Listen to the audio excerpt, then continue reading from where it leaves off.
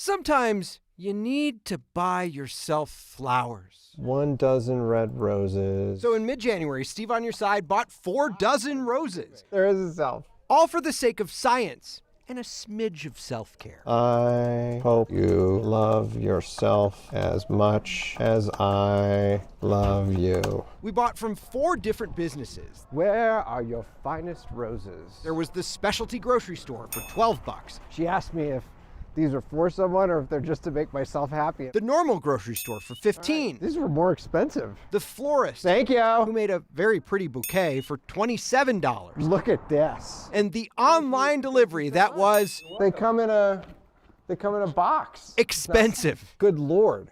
$86 for some flowers? Luckily, my boss was okay with me loving myself that much because of our test to see which one lasted the longest. I'm not naming stores in case our green thumb is to blame for any problems we ran into. No matter where you get them from, home care is going to make them last as long as possible. Lisa Mason is a horticulture specialist for the CSU Extension in Arapahoe County. A lot of our flowers grow in other countries, and they harvest those flowers just before they bloom. They're put in cold storage, shipped overseas, and then transported to wholesale flowers or flower shops or grocery stores. We asked for her advice It's already not looking great. after the experiment was over, but we did most of the things she suggested. Get them in water as soon as possible. That's one of the most important things. Cut off an inch of stem at a 45-degree angle to create more surface area for the water. Check. Use the packet of plant food.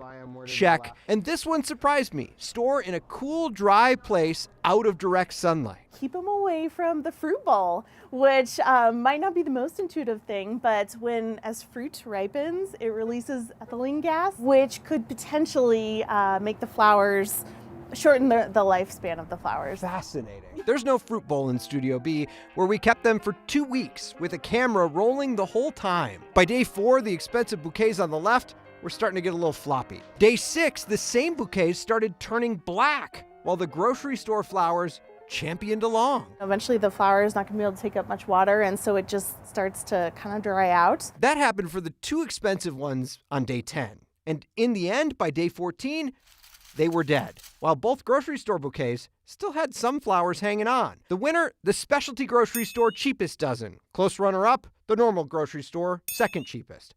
Tough to draw a conclusion of why. We don't know what those flowers went through before they arrived at the grocery store or the florist shop. The best thing you can do, pick flowers that look ready to last. I would look for flowers that haven't quite started blooming or almost starting to bloom.